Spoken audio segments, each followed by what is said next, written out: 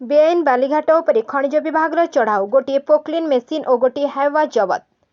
गतकाली संध्यारे Kesinga block अंतर्गत बोरिया स्थित बेआईन बालीघाट उपरे अचानक जिला लघु खनिज विभाग पक्षरु चढ़ाऊ करा जायतिला। एही चढ़ाऊ एक हाइवा और एक पोक्लिन मेसीन जबत करिछि खनिज विभाग। उक्त चढ़ाऊ खनिज विभाग व्यतीत स्थानीय पुलिस मध्य सामिल रहिथिले।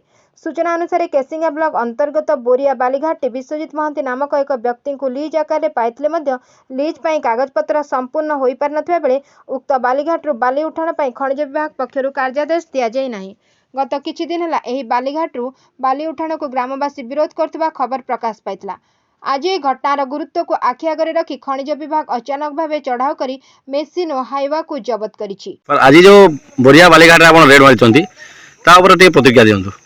एटा जने विश्वजित महांती बोली जने माने थिले आपनकर से तांको दिया हेछि एटा तांको ट्रांसफर हेछि आउ से तांकर बिना क्लियरेंस सर्टिफिकेट किछि नाही आउ सेता बाबद ये रे तथापि चलौचंदी से जेतले सर क्लियर सारे नाही ता ऊपर आपनकर केते कोन फाइन पड़िबो बोली प्रोसीजर रहिछि।